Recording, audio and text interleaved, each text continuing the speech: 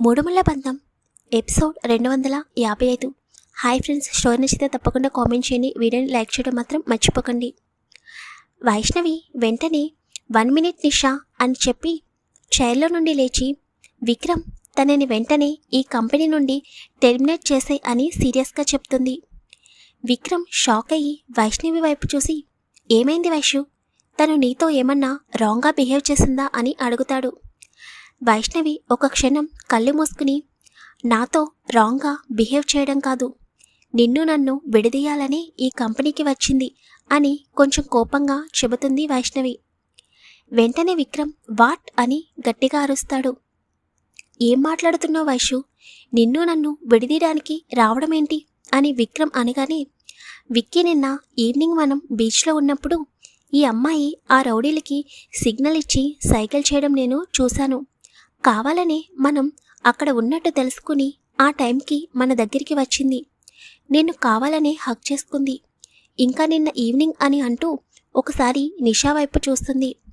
కానీ తన ముఖంలో ఎటువంటి కంగారు కానీ భయం కానీ లేకపోవడం వైష్ణవికి ఆశ్చర్యాన్ని కలిగిస్తుంటే, నీ పని ఇలా కాదే, చెప్తా ఉండు అని చెప్పి తన మొబైల్ ఓపెన్ చేసి విక్రమ్కి ఫొటోస్ చూపిస్తుంది. అప్పటికే వైష్ణవి చెప్తున్న మాటలకి విక్రమ్ షాక్లో ఉంటే, వైష్ణవి ఫోన్లో చూపించిన పిక్స్ చూసేసరికి విక్రమ్ కోపం పీక్స్లోకి వెళ్ళిపోతుంది.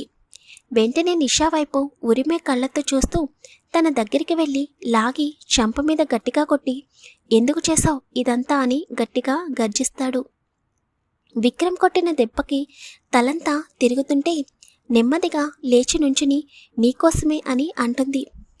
విక్రమ్ ముఖం చిట్లించి, వాట్, నాకోసమా, నాకోసమేంటి అని సీరియస్గా అంటాడు.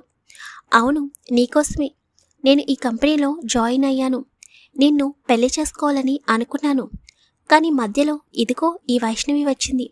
అందుకే మీ ఇద్దరిని విడగొట్టి నేను నీ లైఫ్లోకి రావాలని అనుకున్నాను అని నిషా అనగానే, వెంటనే విక్రమ్ నిషా గొంతును పట్టుకుని, ఎంత ధైర్యం, నా ఎదురుగానే నన్ను నా వైషుని దూరం చేయాలని అనుకుంటున్నానని చెబుతున్నావా అని వెంటనే సిద్ధార్థ్కి కాల్ చేసి తన ఛాంబర్కి రమ్మని చెబుతాడు విక్రమ్. అప్పటికే కూడా నిషా గొంతును వదలడు.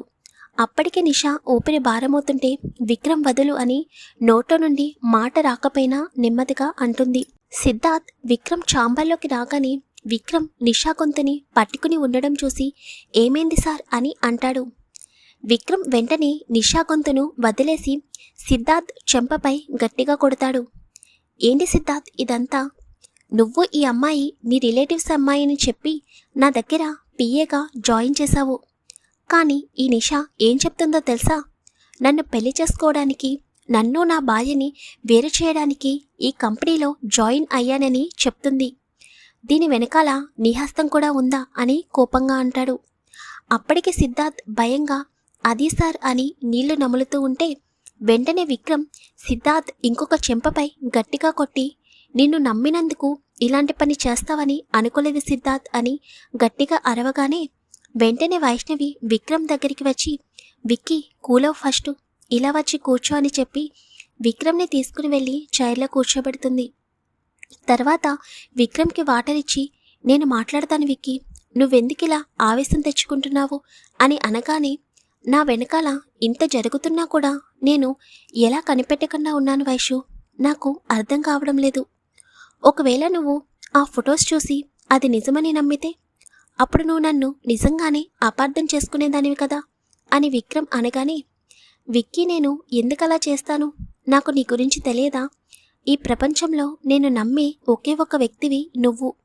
అలాంటిది ఇలాంటి చెత్త ఫెలోస్ ప్లే చేసే చీప్ ట్రిక్స్కి నువ్వు పడతావని నేను ఎలా అనుకున్నాను అని వైష్ణవి అనగానే విక్రమ్ వెంటనే లేచి వైష్ణవిని హక్ చేసుకుని, ఐఎమ్ సారీ, ఇదంతా నేను అబ్జర్వేషన్ చేయకపోవడం వల్లనే జరిగింది. ఇదంతా నేను ఎంతో నమ్మకంగా నమ్మిన ఈ సిద్ధార్థ్ వలన అని కోపంగా సిద్ధార్థ్ వైపు చూస్తాడు. విక్కీ ఫస్ట్ నువ్వు కూర్చో అని చెప్పి వైష్ణవి సిద్ధార్థ్ దగ్గరికి వెళ్ళి, అసలు ఏమైందో చెప్పండి సిద్ధార్థ్ గారు, ఈ నిషా మీకు ఎలా తెలుసు, ఎందుకు విక్రమ్ గారికి పిఏగా ఈ అమ్మాయిని అపాయింట్ చేశారు అని అడుగుతుంది. సిద్ధార్థ్కి నిజం చెప్పాలంటే భయం వేస్తుంది. కానీ ఇప్పుడున్న పరిస్థితికి నిజం చెప్పకపోతే విక్రమాదిత్య దగ్గర తను ఎన్ని సంవత్సరాల్లో సంపాదించిన అభిమానం మొత్తం ఆవిరైపోతుందని అనిపిస్తుంటే వెంటనే సిద్ధార్థ్ విక్రమాదిత్య దగ్గరికి వెళ్ళి విక్రమ్ చేతులని పట్టుకుని ఐఎమ్ రియల్లీ సారీ సార్. నిజంగా ఈ నిషా ఎవరో నాకు తెలియదు. మీ అమ్మగారు చెప్పడం వల్లనే నేను ఇలా చేయాల్సి వచ్చింది అని సిద్ధార్థ్ చెప్పగానే ఈసారి వైష్ణవి విక్రమ్ ఇద్దరూ ఒక్కసారిగా షాక్ అవుతారు. మీరు ఆఫీస్కి వచ్చే రోజే ఈ అమ్మాయి ఇక్కడికి వచ్చింది. తర్వాత రాజేశ్వరి మేడం కాల్ చేసి ఈ అమ్మాయిని మీకు పిఏగా అపాయింట్ చేయమని చెప్పారు. దానికి నేను ఒప్పుకోలేదు. అందుకే మా పేరెంట్స్ని నన్ను భూమిపైనే లేకుండే చేస్తానని వార్నింగ్ ఇచ్చారు. నా ఫ్యామిలీ కోసం నేను ఇలా చేయడం తప్పలేదు సార్.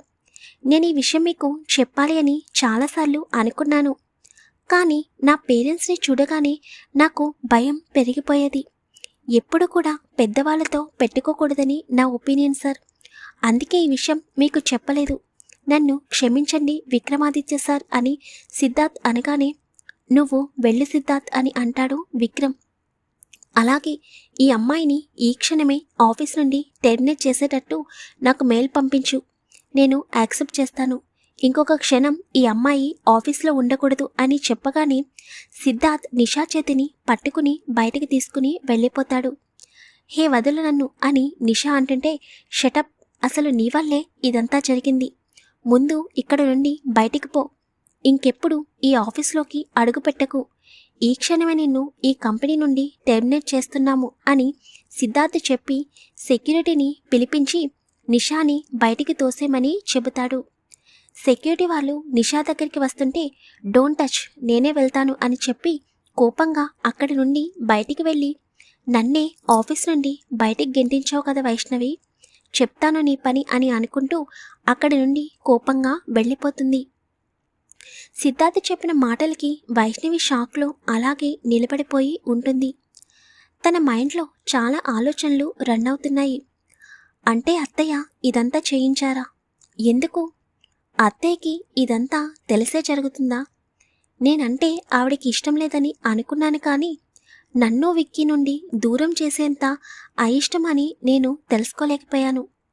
నేను విక్కీ కలిసి ఉండడం రాజేశ్వరి గారికి ఇష్టం లేదా అని అలాగే ఆలోచిస్తూ ఉండిపోతుంది. విక్రమ్ మాత్రం చాలా కోపంగా చైర్లో కూర్చుని తన పిడికిలి బిగించి చైర్లో తల వెనక్కి పెట్టి కళ్ళు మూసుకుని ఉంటాడు. నీకు చాలాసార్లు చెప్పానమ్మా వైష్ణవి విషయంలో ఇన్వాల్వ్ అవ్వద్దని, కానీ ఈరోజు నువ్వు నీ లిమిట్ క్రాస్ చేసి వైష్ణవిని నా నుండి దూరం చేయాలని అనుకున్నావు. ఈ విషయం నాకు వైష్ణవి ద్వారా తెలిసింది కాబట్టి సరిపోయింది. కానీ నువ్వు వేసిన ప్లాన్లో వైష్ణవి నన్ను అసహ్యించుకుంటే ఆ ఊహ కూడా నేను భరించేవాడిని కాదు. అలా ఎలా నీ కొడుకుని బ్యాడ్గా చూపించాలని అనుకున్నావు మామ్ అని వెంటనే టక్కున కళ్ళు తెరిచి ఎదురుగా వైష్ణవిని చూస్తాడు. వైష్ణవి ఇంకా బొమ్మలాగా అలాగే నిలబడి ఉండిపోతుంది. వెంటనే విక్రమ్ పరుగున వైష్ణవి దగ్గరికి వెళ్ళి వైష్ణవిని హక్ చేసుకుని నువ్వు ఇదంతా ఆలోచించుకురా ప్లీజ్, మామ్ గురించి నేను చూసుకుంటాను. ఇంకెప్పుడు నీ విషయంలో అస్సలు ఇన్వాల్వ్ అవ్వదు. తను ఇలా చేస్తుందని నేను అనుకోలేదు. ఇప్పుడు నువ్వు ఎటువంటి రాంగ్ డెసిషన్స్ తీసుకోకు. నువ్వు దూరం అయితే నేను అస్సలు తట్టుకోలేను. ప్లీజ్ వైషు, మనిద్దరం ప్రేమించి పెళ్లి చేసుకున్నాం. ఎవరి పర్మిషన్ తీసుకుని పెళ్లి చేసుకోలేదు. కలిసి ఉండేది మనం. నువ్వు మా అమ్మ గురించి అస్సలు ఆలోచించుకో అని చెప్పగానే వైష్ణవి విక్రమ్ నుండి కొంచెం దూరం జరిగి నేను ఎందుకలా ఆలోచిస్తాను? నీ నుండి నేను దూరం అవ్వాలని ఎందుకు అనుకుంటాను? అత్తయ్యకి ఇష్టం లేకపోతే మనం అత్తయ్యకి దూరంగా ఉందాము, అంతే తప్ప నేను దూరం చేసుకోలేను. నీకు దూరంగా ఉండడం నా వల్ల కాదు అని వైష్ణవి అనగానే విక్రమ్ స్పీడ్గా వైష్ణవిని మళ్ళీ హక్ చేసుకుని థ్యాంక్ యూ వైషు, నన్ను అర్థం చేసుకున్నందుకు. ఇంకెప్పుడు ఇలాంటి మిస్టేక్ మళ్ళీ జరగదు. నన్ను నమ్ము వైషు అని అంటాడు. హాయ్ ఫ్రెండ్స్, ఈసారి వైష్ణవి గురించి నిషా వేసే ప్లాన్లో నిషా విరాస్కి దొరికిపోతుంది. మరి విరాస్ చేతిలో నిషా పరిస్థితి ఏంటో ముందు ముందు తెలుస్తుంది.